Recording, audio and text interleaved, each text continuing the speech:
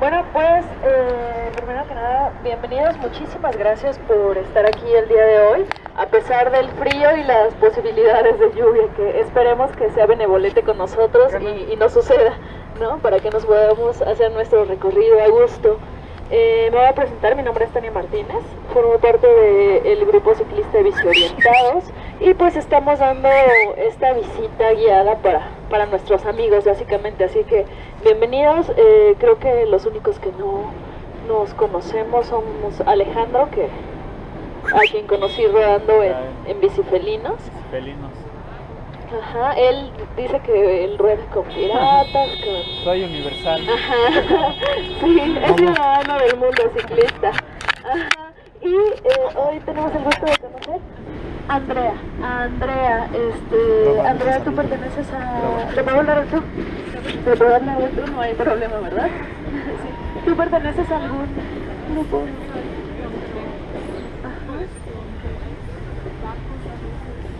Te los hubieras traído. ¿A Erika de Felinos? Ah, sí, la conocemos. Sí, que de hecho queríamos que iba a venir. Ah. Sí, claro que sí, no, pues bienvenida, esperemos que te guste este recorrido. Vamos a empezar, nuestro primer punto es este que tienen enfrente, que es el Frontón México. Este espacio que fue inaugurado el 10 de mayo de 1929 y estaba dedicado a la práctica del deporte internacionalmente conocido como High Alay o pelota vasca. Ajá. Este lugar fue inaugurado por el entonces presidente Emilio Portes Gil y bueno, ha inspirado una serie de cosas impresionantes alrededor de él, o sea, es mucha cultura. Aquí asistía la socialité de ese momento del país y de la ciudad. Este deporte se volvió muy famoso en esos años, en los años 20. Entonces, ¿saben qué sucedía? Que se corrían muchas apuestas alrededor de él, apuestas que eran, pues, obviamente ilegales, ¿no? Entonces, por eso el Estado decidió regularizarlo y construir este bellísimo espacio en estilo Art Deco. Aquí nació también el Partido Acción Nacional. Ajá, aquí se firmó su acta constitutiva en 1939 y les decía, entre las obras que ha inspirado han sido algunas obras cinematográficas. No sé si alguien conoce o ha visto películas de la época dorada del cine mexicano. ¿Sí? ¿Conocen por ejemplo al actor Pedro Armendáriz? Él protagonizó una película que se llama La Noche Avanza. Y en esa película él representaba a un pelotari, es decir, un jugador de pelota vasca. Y podemos ver ahí el frontón en su época de mayor esplendor, cuando pues no tenía mucho tiempo que lo habían inaugurado. Desafortunadamente en el 96 cayó en desuso porque hubo un problema con el sindicato y tuvieron que cerrarlo, porque me parece que estaban reclamando una cuestión de salarios caídos y estas cuestiones, entonces lo cerraron y empezó a deteriorarse. Incluso ahorita está en restauración, pero estaba todo el frontón grafiteado, estaba abandonado. Me parece que desde 2009 se empezaron a hacer los primeros intentos de rescate, pero no se había logrado concretar nada hasta el día de hoy. Parece que este 2016 afortunadamente va a ser, en cuanto empezamos a ver, como ya pueden observar, que ya se está llevando a cabo esta labor de rescate de este espacio tan importante. El año pasado fue sede de un evento muy significativo que se llamó Festival Vecinal Utopías de la Colaboración y que era maravilloso porque en ese lo que pretendían esta sociedad era que fuera la sociedad civil la que generara acciones para el mejoramiento de su entorno. Es decir, las personas de a pie como nosotros generando acciones para cambiar y para mejorar su entorno. El frontón fue sede de ese festival. Se hicieron algunos movimientos, este grupo, y pues se los prestaron. Y bueno, ahorita que están los trabajos de restauración, podemos ver que están tratando de rescatar la pintura original del frontón, es decir, la apariencia que tenía el frontón cuando fue inaugurado. Ajá. En él también hay algunas esculturas, del artista Oliverio Martínez. Ajá. Otro dato importante es que se hizo con el material sobrante del Palacio de Bellas Artes. Entonces imagínense la riqueza que tiene tanto a nivel cultural como arquitectónico e histórico. Y bueno, les hablaba de las esculturas de Oliverio Martínez, lo que nos lleva a nuestro siguiente punto. Entonces vamos a tomar nuestras bicicletas, por favor, para ir hacia el siguiente punto. Las artes marciales. No sé si conozcas cómo es la práctica del frontón o del frontenis. ¿No? Es muy similar al squash, pero se usan unos instrumentos que es como un arco para controlar. Como el niño que estaba ahí. Entonces les decía, en el 68 ese recinto fue sede del recinto oficial de la pelota vasca, o Hayalay, que es el mismo deporte, pero se le conoce con estos dos nombres. También del boxeo, y bueno, a lo largo de su historia ha sido pues sede de otras disciplinas. Algo bien representativo o bien curioso de ese lugar es que era un lugar solo para la élite, ¿no? De hecho, había una regla así de que los caballeros no podían entrar, bueno, nadie podía entrar si no iba vestido de estricta etiqueta. Es decir, si los caballeros no llevaban saco y corbata, no podían entrar al frontón. Ajá. Tal era la observancia de esa regla que incluso se instaló un servicio de alquiler de esas prendas aquí cerca para que aquellos desprevenidos que no lo trajeran, bueno, pues pudieran entrar a ver los juegos de Hayalay, ¿no?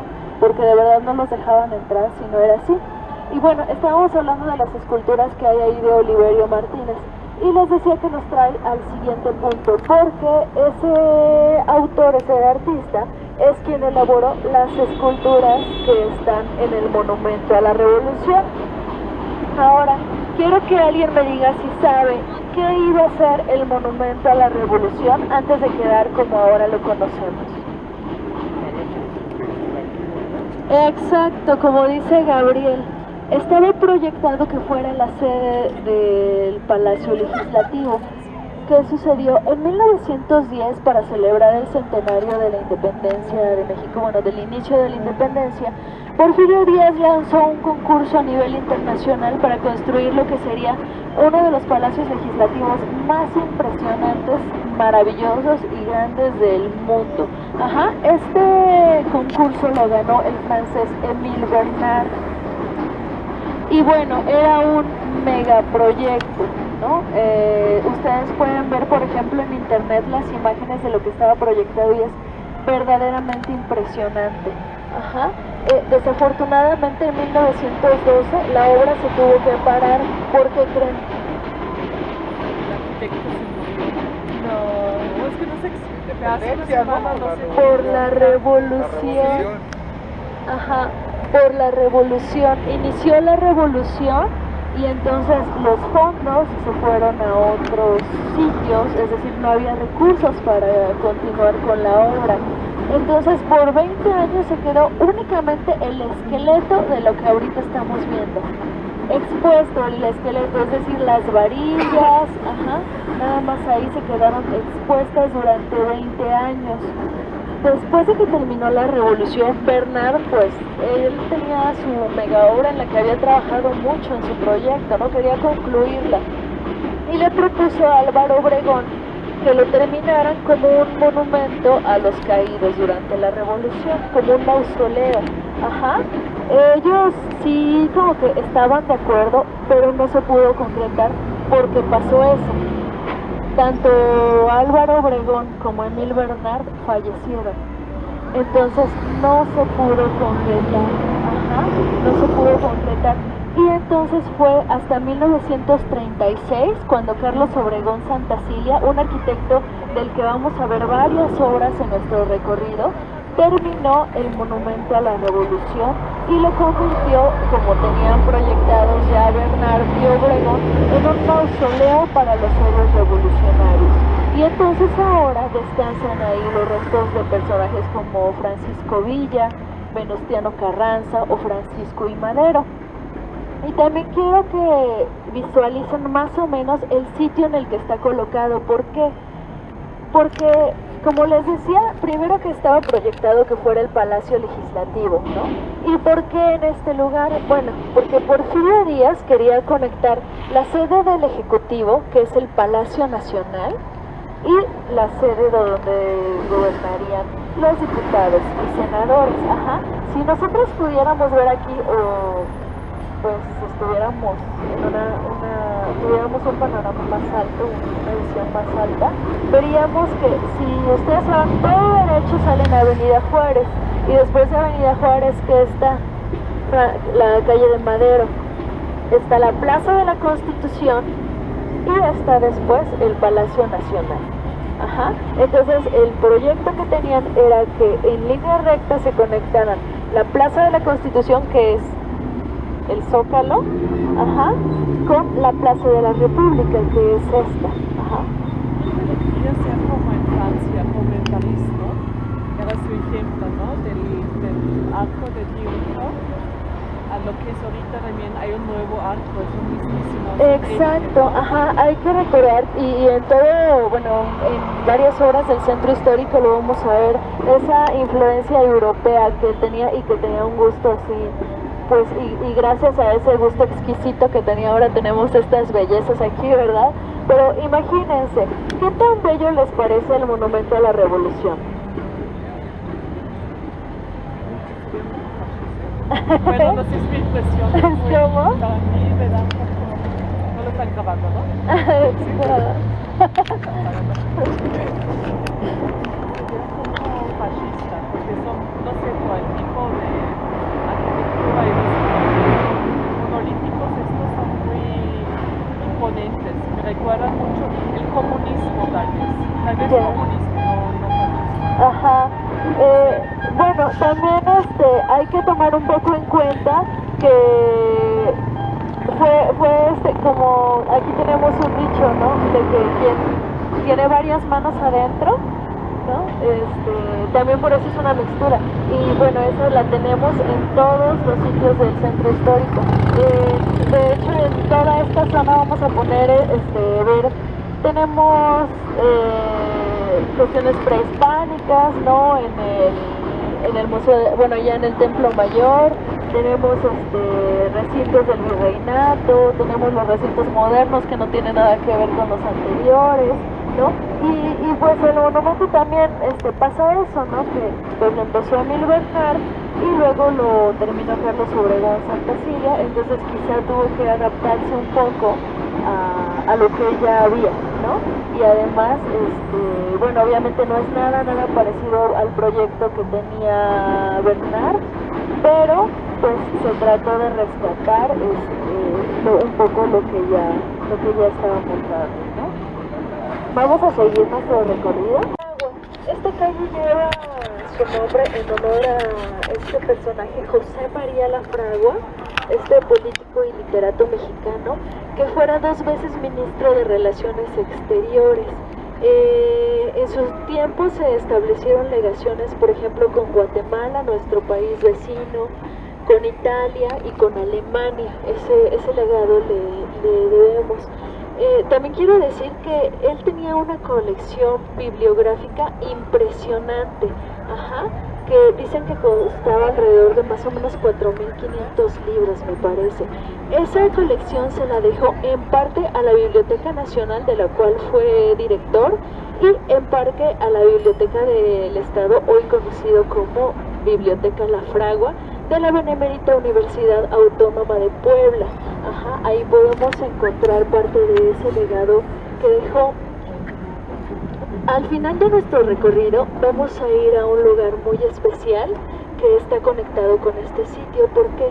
Porque vamos a ir al lugar donde descansan los restos de este personaje. Entonces quiero que lo recuerden para que cuando estemos allá les cuente una historia, si les parece, sobre él. ¿Sí?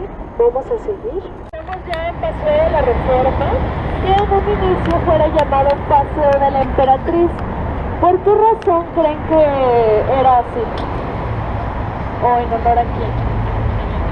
Ajá, exacto, Andrea. A la emperatriz Carlota. ¿Por qué? Porque dicen que este paseo lo mandó a construir el emperador Maximiliano porque necesitaba un lugar que conectara su sitio de trabajo, que era Palacio Nacional, con su lugar de residencia, que era el castillo de Chapultepec. Ajá. Si alguien ha tenido la oportunidad de ir a Palacio Nacional, a ver, dígame, ¿alguien lo ha visitado, el Palacio Nacional, por dentro? ¿Lo ha visto por dentro?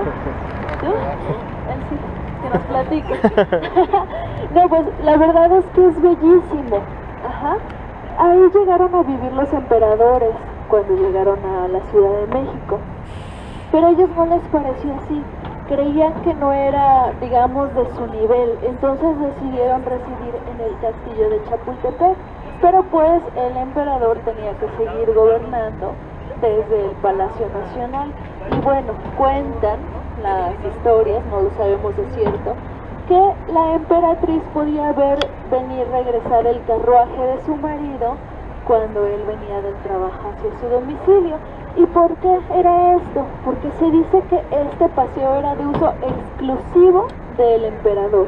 Es decir, nadie más podía circular por aquí, salvo el emperador y quizás sus allegados en una ocasión especial, con un permiso así muy particular.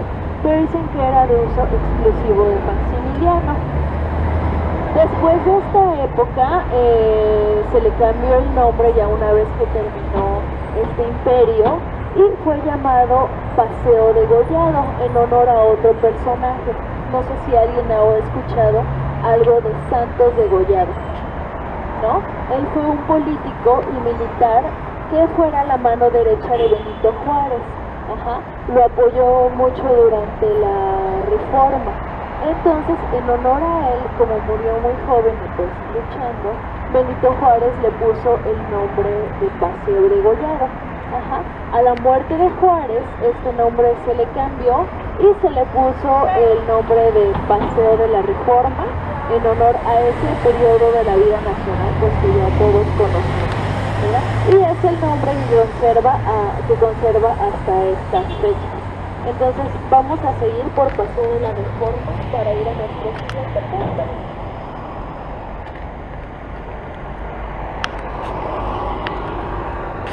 Llegamos a nuestro siguiente punto, que es el edificio del Moro, el que ahora pertenece a la Lotería Nacional.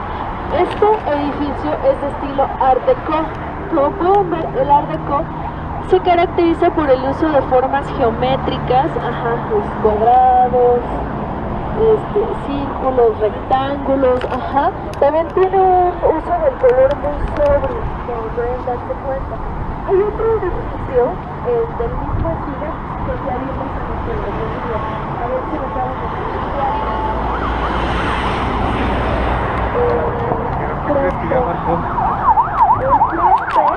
está en ese mismo estilo Art Deco. Déjenme decirle a ustedes que fue en un tiempo el rascacielos más alto de México. Hay que recordar que se construyó antes que la Torre Latinoamericana. Entonces, en ese tiempo y durante algunos años fue el rascacielos más alto con el que contábamos. Ahí enfrente de él tenemos esa escultura monumental que a ver si alguien me sabe decir cómo se llama. Esa escultura amarilla. no se llama el caballito. No, la escultura se llama cabeza de caballo y está ahí en honor a otra escultura que estuvo ahí durante mucho tiempo, que esa sí se llama el caballito de Manuel Tolsá. Ajá. La estatua ecuestre de Carlos IV de Manuel Tolsá, que ahorita también vamos a tener, espero, la oportunidad de ver aunque sea de lejos. Bueno, en honor a esta estatua se hizo esta otra escultura monumental que se llama Cabeza de Caballo y es del artista plástico conocido como Sebastián. Yo siempre les hago una broma de que no sé por qué le gusta que le digan Sebastián si se llama Enrique. Pero bueno, ese es el nombre que el artista escogió. Ahora, una recomendación. Cuando anden por esta zona o se citen con alguien, no se queden de ver en el caballito. No se los recomiendo. ¿Por qué razón? Porque abajo de esa torre hay un respiradero del drenaje profundo. Ajá, abajo de la escultura monumental. Entonces no va a ser nada agradable. A menos que sea su enemigo, cítenlo ahí y déjenlo esperando. Porque si no, ya sé que los dejen esperando ustedes o ustedes tengan que esperar, va a ser muy desagradable. Y bueno, la escultura cubre con esa doble función embellecer el Paseo de la Reforma y hacerle honor a la estatua ecuestre de Tolsá y también pues desviar un poco estos humos que salen del drenaje, ¿verdad?, de la ciudad. Entonces vamos a ir a nuestro siguiente punto. Paso de la solidaridad. ¿Alguien sabe o recuerda qué pasó en 1985 aquí en la Ciudad de México? El terremoto, ajá. El terremoto fue pues algo sin duda devastador que sucedió aquí. Dejó mucho dolor, dejó muchas pérdidas. Pero ¿saben qué fue algo majestuoso que sucedió después del temblor? La solidaridad con la que los ciudadanos respondieron ante quien los necesitaba. Ajá, gente que sin ninguna preparación, que sin el equipo indispensable y necesario para protegerse, se lanzó a ayudar al que lo necesitaba, a sus conciudadanos, ¿no? A ayudar a gente que no conocía, que nunca en su vida había visto. Eso fue maravilloso. Entonces, en honor a todas esas personas, es que ahora tenemos esta plaza. Aquí estaban el Hotel Regis y el Hotel del Prado que estaba ahí enfrente. ¿Saben qué sucedió con ellos? Se cayeron durante el terremoto y pues como les dije hubo muchas pérdidas tanto económicas como humanas. Ajá. Y bueno, desafortunadamente eso dejó el temblor, pero también dejó toda esta experiencia maravillosa de ayuda que tuvieron los ciudadanos mexicanos, ¿verdad? Aquí atrás de la plaza está el Museo Mural Diego Rivera, que alberga el mural Sueño de una tarde dominical en la Alameda Central, que afortunadamente se logró rescatar del Hotel del Prado. Ajá. Y pues ahora está ahí, se restauró un poco y ahora está ahí. La entrada a ese museo es muy económica, tiene un costo de 30 pesos o bien los días domingos es gratuito el acceso, pueden venir cuando gusten o si no también para estudiantes o para personas de la tercera edad con su credencial vigente es gratuito. Yo los invito a visitar ese museo y a ver el mural de Rivera porque tiene muchos elementos de nuestra cultura y de nuestra historia. Podemos encontrar personajes muy representativos ahí, por ejemplo como Francisco I. Madero, Francisco Villa. Podemos encontrar al autor mismo, a su entonces esposa, la artista plástica Frida Kahlo. Encontramos un personaje de Posadas muy famoso y que ha estado en boga así en las últimas fechas gracias a los eventos que se han hecho aquí en la ciudad. A ver si me dicen qué personaje es ese. La Catrina, ahí la vemos retratada, pues de alguna por decirlo de alguna forma, en el mural de Rivera. Ajá, algo curioso sobre ese personaje es que Posadas jamás dibujó a la Catrina completa, él solo dibujó la cabeza. Ajá, y todo el mundo le atribuye su autoría a él. Pero él decía que pues él solo había dibujado una cabeza, ¿no?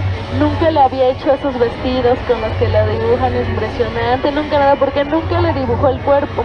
y ya otros artistas se lo fueron agregando y ya después se lo atribuyeron, ¿verdad? Pero vamos a seguir.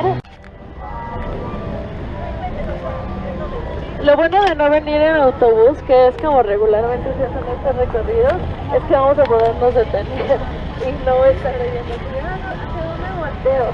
Tenemos aquí 3 puntos. El primero, el hemiciclo a Juárez, que seguramente ustedes ya habrán visto muchas veces, pero a lo mejor hay cosas que no sabían. Antes de estar este monumento aquí había otro que, aunque ustedes no lo crean, también es un monumento, o bueno, es más bien una escultura. A ver si alguien sabe cuál es. El kiosco Morisco, el que está ahora en Santa María la Ribera. Ya hemos hecho rodadas para allá. ¿Aquí estaba? Ajá, estaba aquí. Ajá, les decía algo que a lo mejor no saben de ese, ¿cómo se podrá decir? De esa estructura, es que es una escultura, ajá, no es, pues, como todos conocen los kioscos hechos en piedra y eso. El kiosco está hecho en metal, es de estilo mudéjar y bueno, se giran varias leyendas en torno a él. Hay quien dice que fue donado por un jeque árabe, es decir, un viejo sabio, pues muy adinerado árabe, y que es por eso que el kiosco tiene esas formas. Ahora, este monumento fue, ya una vez que el kiosco se retiró y se llevó a otro espacio, fue construido el hemiciclo, que es llamado así por ser un semicírculo. Ajá. Fue mandado a construir por el presidente Porfirio Díaz en honor al Benemérito de las Américas. Imagínense qué tan importante fue la figura de Juárez, que era considerado pues benemérito de toda América, ¿no? No solo una figura representativa en México, ¿no?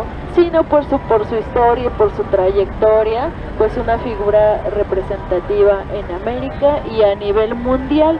En él podemos ver al benemérito siendo coronado con laureles por la patria y por la ley. ¿Por qué? Porque hay que recordar qué profesión tenía Benito Juárez.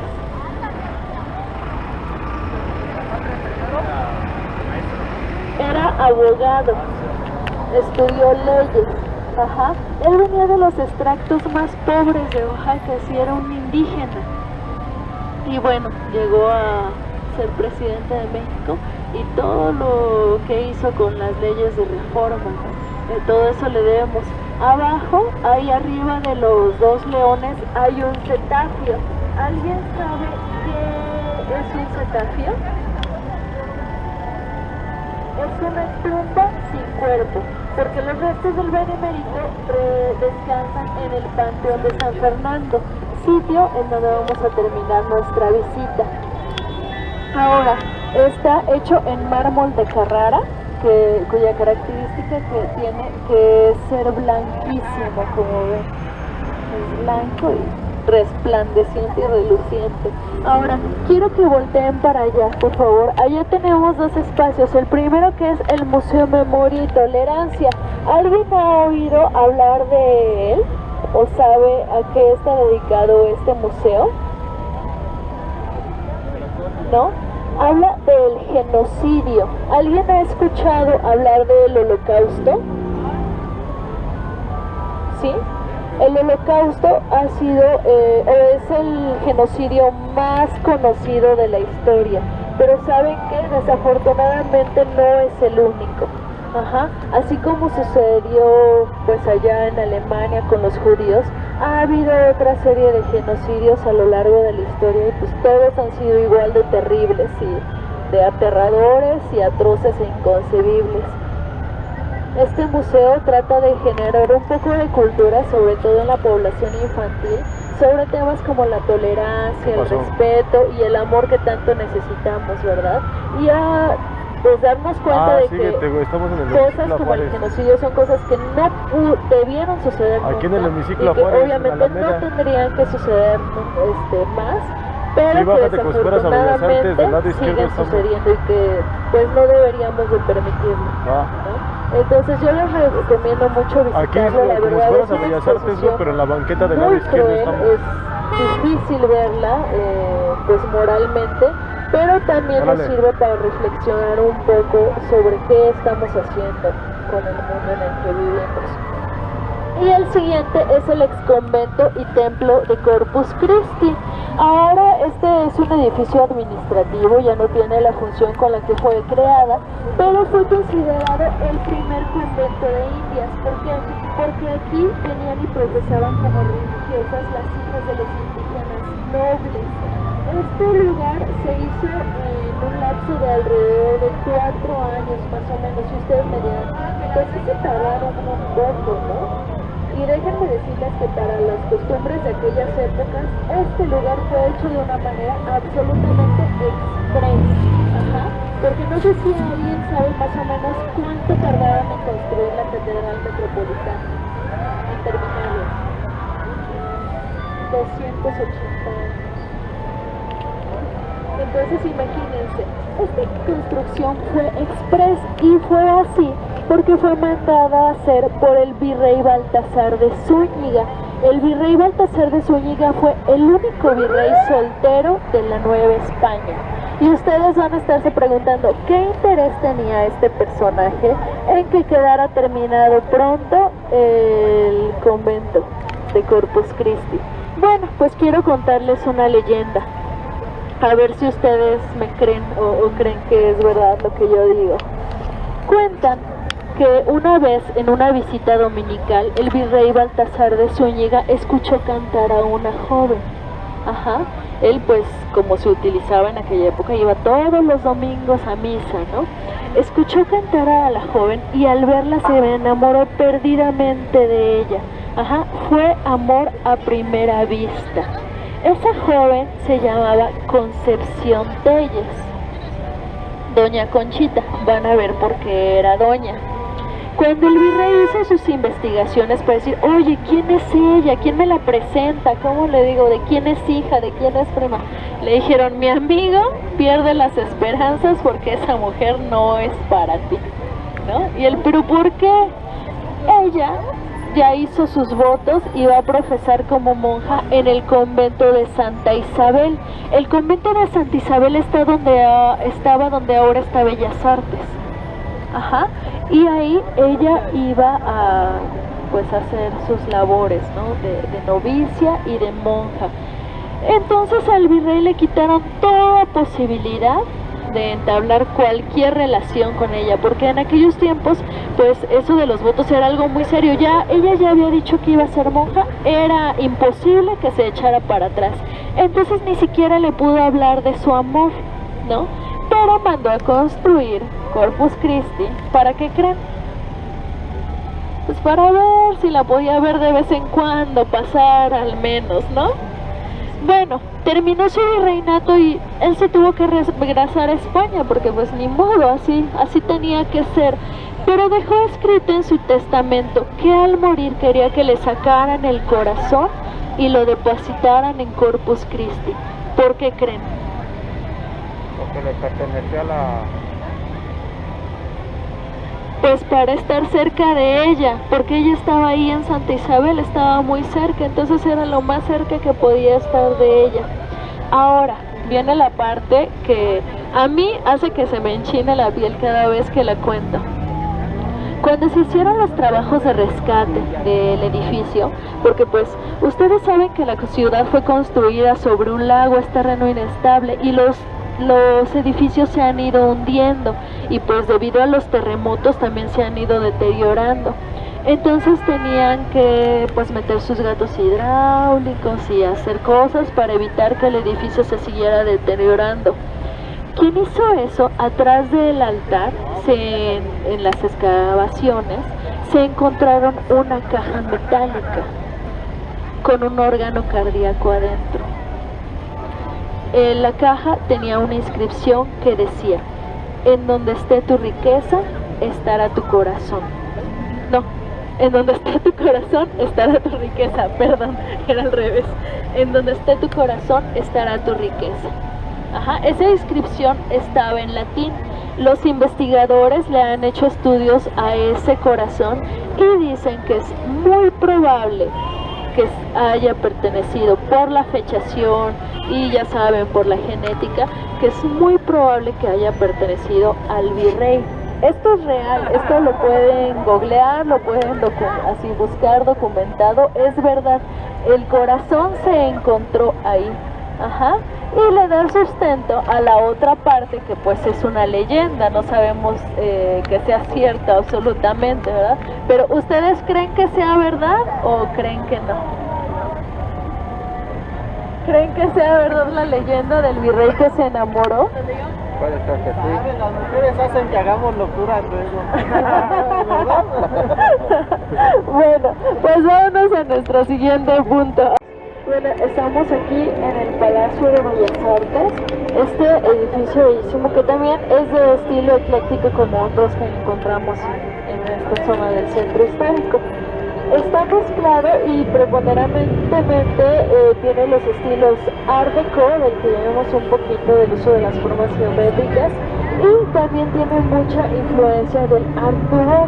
El Art Nouveau se caracteriza por el uso de formas de la naturaleza, ajá, muchas formas florales o muchas formas de animales, ajá. Este recinto lo empezó a hacer Adamo Boari. Él no lo terminó, cabe mencionar. De hecho, estuvo luchando mucho por terminarlo, pero hubo diversos conflictos que no se le permitieron. Ahí en la entrada de Bellas Artes alcanzamos a ver de este lado solo una de las esculturas.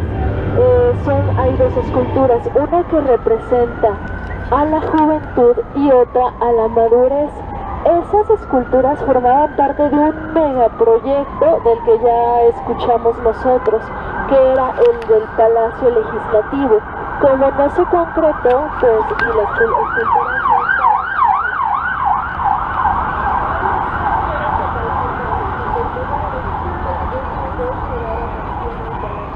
Trabajando, ¿no?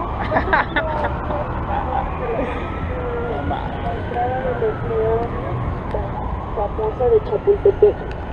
Esos dos leones también formaban parte del proyecto del Palacio Legislativo, pero pues nuevamente como no se concretó, se fueron a otra parte. ¿O alguien ha pasado por el Monumento a la Raza? Sí. ¿Ha visto esa águila impresionante que tiene ahí? Esa águila iba a coronar la cúpula del Palacio Legislativo, ajá.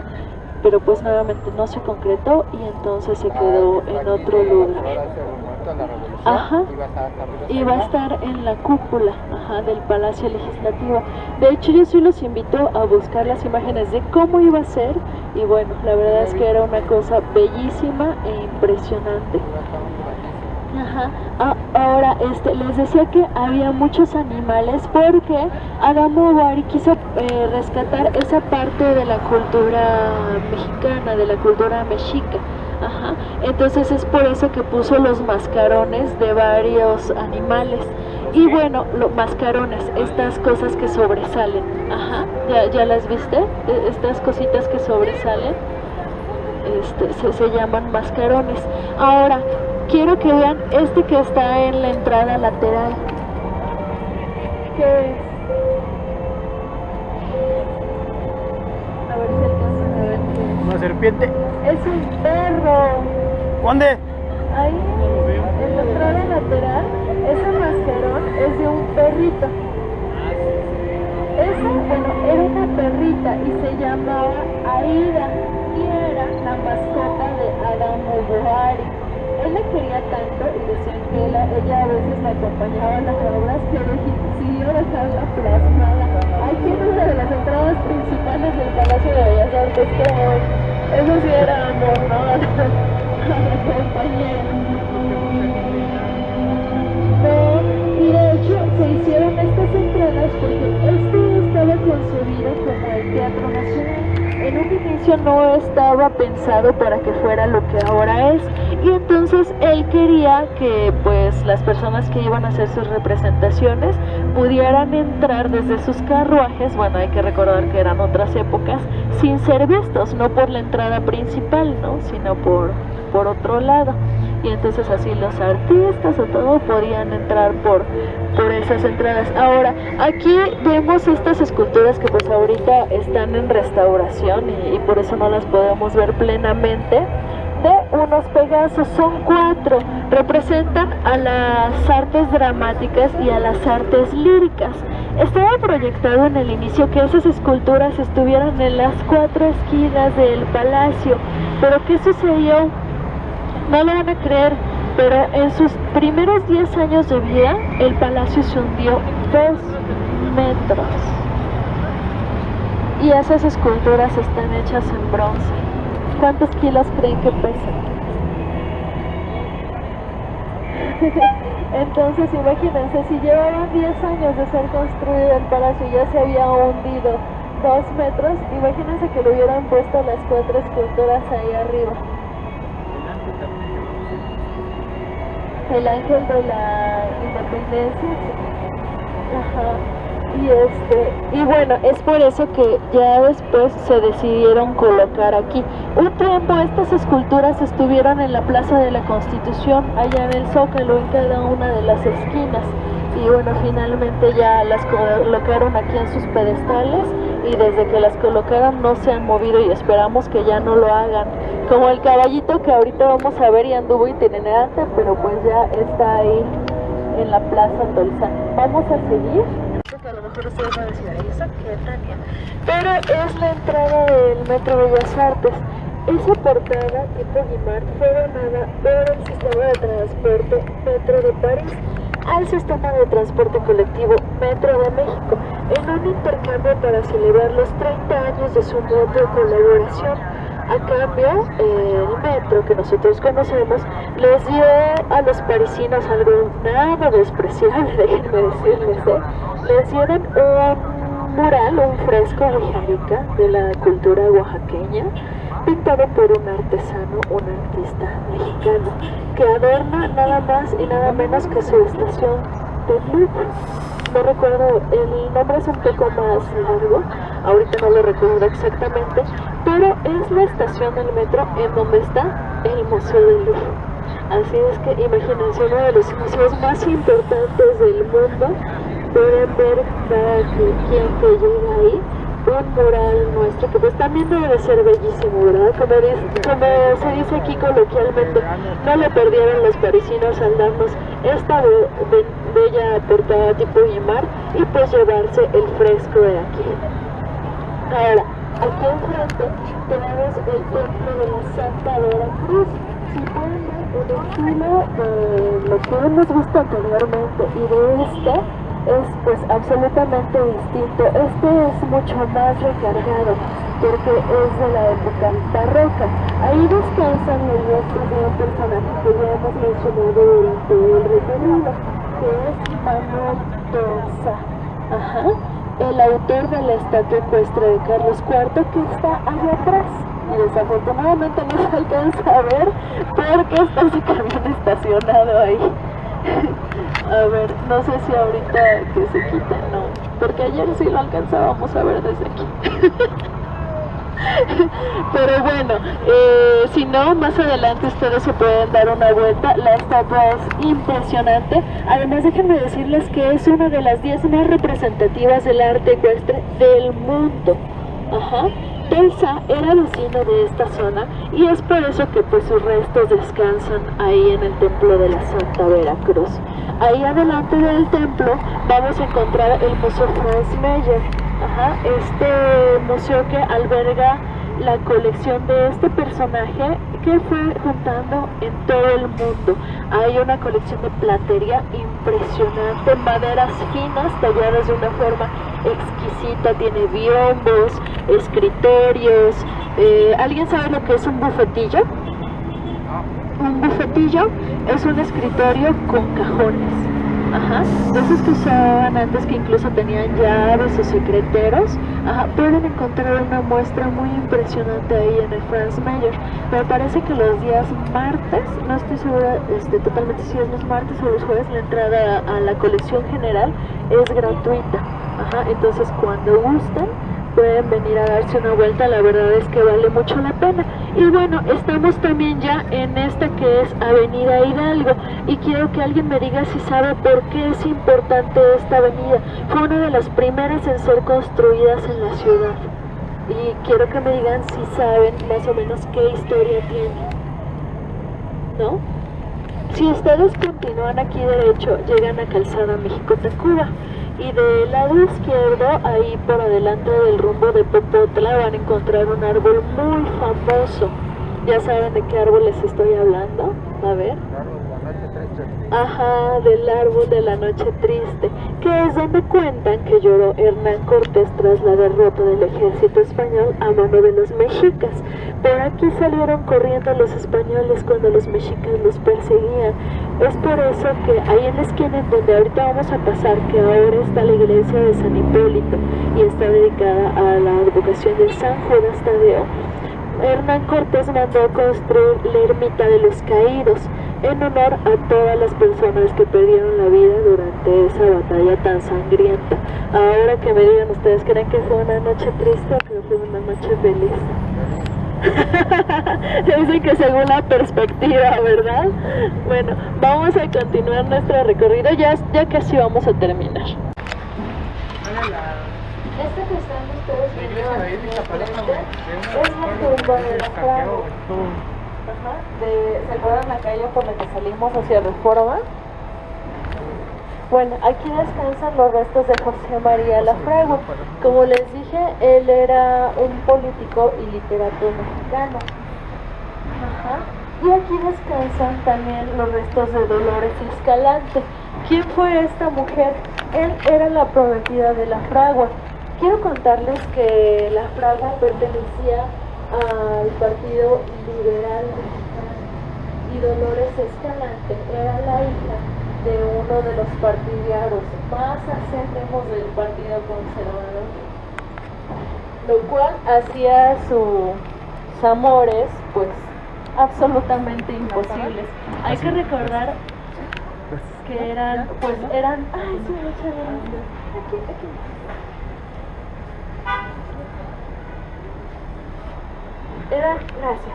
Eran otros tiempos, ¿no? Las cosas no eran como son ahorita y las personas pues no tenían permitido casarse con quienes elegían. Entonces eso hacía imposible sus relaciones, hasta que ellos ya fueron pues para esa época muy grandes. Dolores pudo aceptar el amor de José María. ¿Por qué? Porque su confesor le dijo que ella debía casarse con quien ella quisiera y no con quien su padre predispusiera, ¿no? Él ya la había, pues por así decirlo, entregado a otra persona, ¿no? Que él convenía mejor para sus intereses. Pero entonces, hasta que pues el confesor de Dolores le permitió aceptarlo, ella aceptó casarse con él. Para esta época, Lafragua ya tenía alrededor de 36 años, que ustedes pueden decir, pues estaba joven, ¿no? Pero en aquellos entonces la gente se casaba de 14 años, entonces no estaba en realidad ya nada joven. Cuando por fin pudo cortejarla, ya estaban en planes de boda, pero llegó una epidemia de cólera, que también fue muy fuerte en aquellas épocas, y Dolores murió de cólera. Entonces, Lafragua mandó a traer 3 monumentos. Escogió el más bello, de otro país los mandó traer, escogió el más bello y lo puso en la tumba de Dolores. Los otros 2 los donó al gobierno mexicano. Y bueno, se dice que esta es una de las tumbas más bellas del país. Y bueno, también por la gran historia de amor que encierra. Lafragua nunca más se volvió a casar, nunca más volvió a tener otra mujer hasta que murió 26 años después y fue enterrado junto con su ex prometida, con la que pues desafortunadamente nunca llegó a casarse porque ella murió antes de cólera. Y bueno, aquí termina nuestro recorrido. Tenemos un plus que encontramos.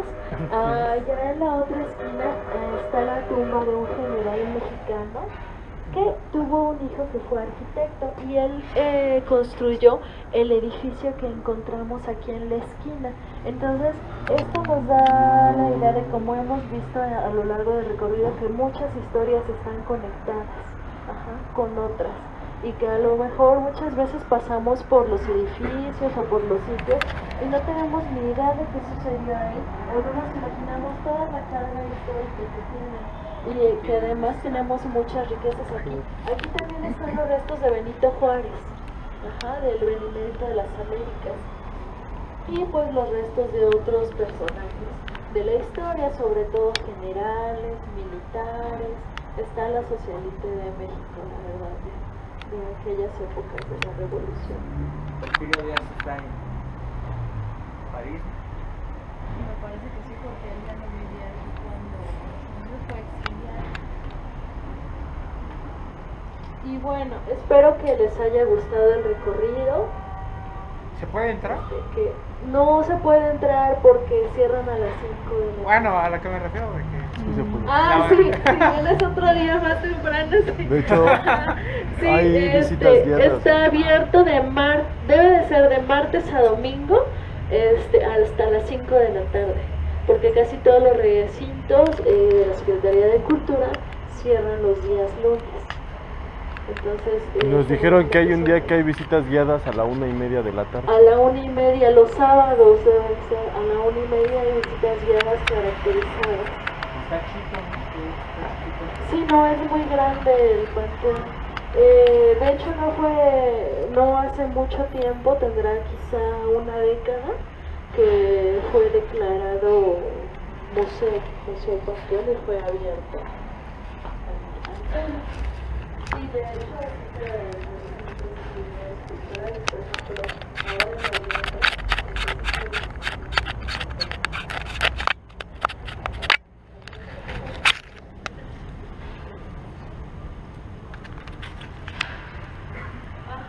Pues de hecho las visitas guiadas son caracterizadas.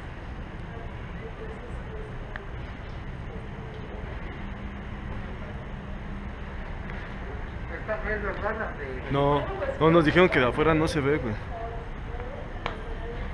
¿No será esta? ¿Esta que está ahí en medio? No. Dicen que solamente se ve la parte de hasta arriba del mausoleo, güey. Que no se ve completa la tumba. ¿Ya viste esta? ¿Viste como parte, no? Sí, Mira, ¿no será esa?